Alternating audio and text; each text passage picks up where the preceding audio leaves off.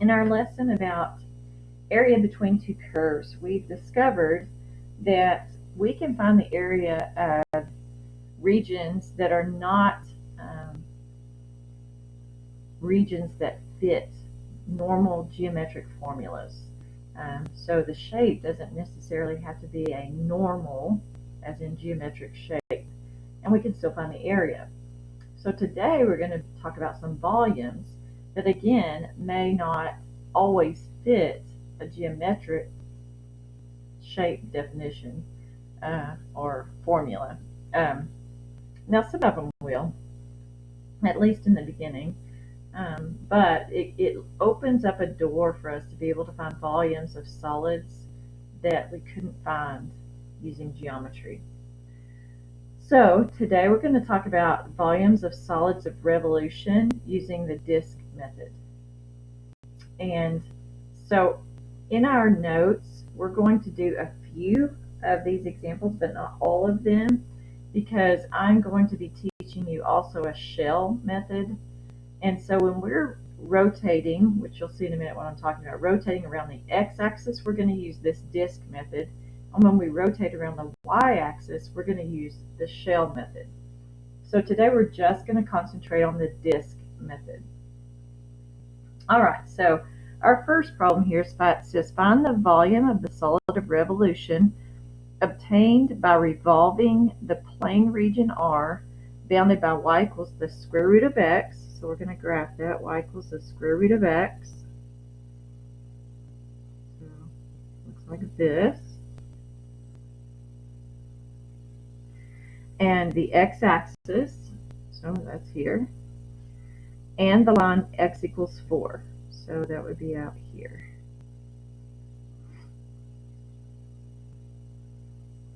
All right, so we're going to take this region. And what it says is that we're going to revolve it around the x-axis. We're going to spin it. And when we start spinning this region, it comes forward and it's going to make a three-dimensional figure that will look kind of like, I guess, a bowl shape. So I've made some sketches for you. If you want to tear this top sheet off, then on the next sheet we have what we just drew. And down below it, what it would look like after we spin it around the x-axis. All right, so we can see that this little distance from our x-axis to our curve, no matter where that is, that becomes the radius of kind of a disc shape in here. That's where the disk method comes from. So I could have another disk over here, and its radius would be whatever this distance is, a little bit shorter and shorter, taller over here. So what we're going to end up doing is adding up all of the disk along this line or along the x-axis. So how are we going to do that? Well, first of all, let's talk about each of these disks. I'm going to draw in, this one little representation here.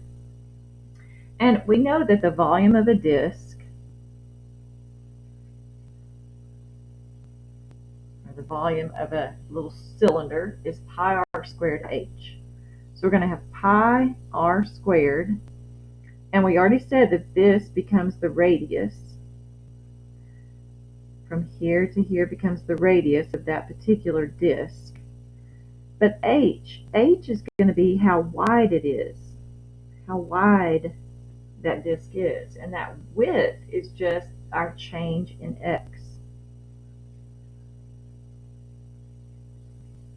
So we have pi r squared times our change in x. Now this one, we're going from 0 to 4, 0 to 4. So we're going to integrate from 0 to 4. Pi times our radius, and our radius is just whatever the height is according to our curve. Whatever value we put in, that's going to change according to the formula square root of x. And then we're going to square that because it says in the formula radius squared times our change in x, or dx. Now, every time this pi is always going to be a constant when we're using this formula, we can pull the pi out to the front times the integral of from 0 to 4 of the square root of x squared is just x dx. All right, so now I have pi, and this would be x squared over 2, evaluated from 0 to 4, pi times this evaluation. So that gives me pi, plug in 4 squared, that would be 16, divided by 2 is 8, and then 0 squared divided by 2 is just 0.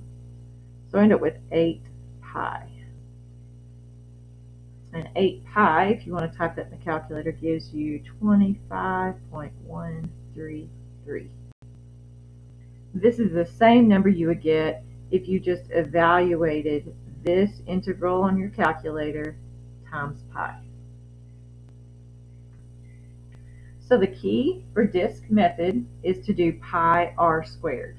Now I do want to point something out about r. R in our problem was this distance here. So r ended up being the square root of x, but the reason it was is because we did the top, which was the square root of x, minus the bottom, 0. Top minus bottom. Okay, and that's what gave us that square root of x.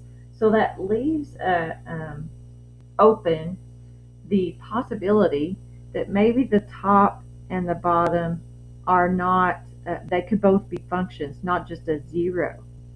Like I could have some other curve under here and have a different top and bottom. So anyway, leaves that open for us for the future. All right, we're going to skip example 2 because example 2 was around the y-axis.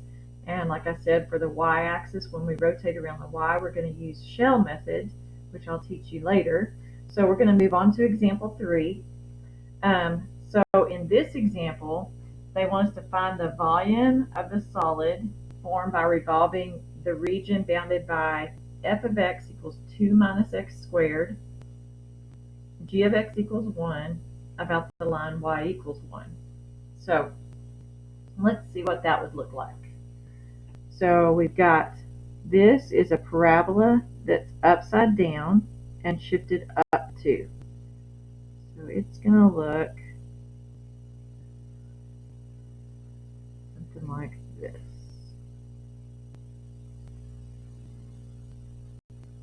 All right. And then g of x equals 1 is just like y equals 1. So that's a line going across here at 1.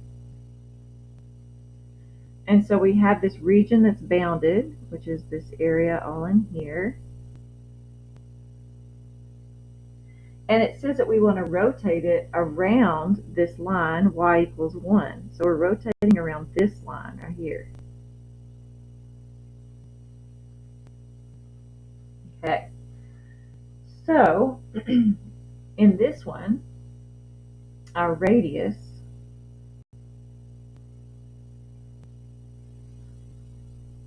is going to be our top curve, 2 minus x squared, minus our bottom curve, 1. So we actually end up with a radius of 2 minus 1, or 1 minus x squared. But the reason it's 1 minus x squared is because it's top curve minus bottom curve. Top minus bottom. Okay, so now we go over here. We're going to do our formula. Our volume is pi times the integral. Now we do need to know where they intersect. So just like we did in our area problems, we could set these equal to each other. So 2 minus x squared equals 1. So I could subtract 1 over here and get 1 equals x squared. So x is going to be plus or minus 1. So these intersect here at negative 1 and positive 1. So from negative 1 to 1 of our radius squared, 1 minus x squared squared dx. And again, we can just type this into the calculator. So let's take a look. Here it is. Ooh, it'll show up there. 1 minus x squared squared. So we're going to calculate the integral from -1 to 1. We get 1.0666 repeating. So pi times 1.06 repeating. So we're going to take that answer. So I'm going to pull that to my home screen. And then I could change that to a fraction, so 16/15. So I get 16 pi 15ths.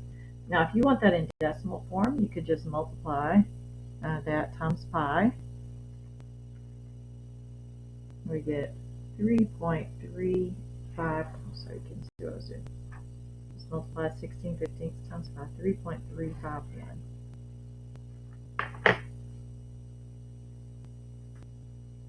All right, so in conclusion here, to find the volume using the disk method, we can do the pi times our integral from x1 to x2 of r squared dx.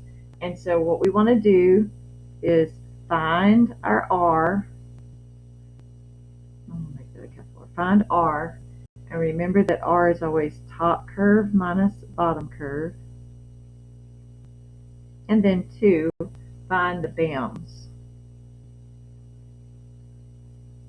And you can do that by setting your functions equal to each other.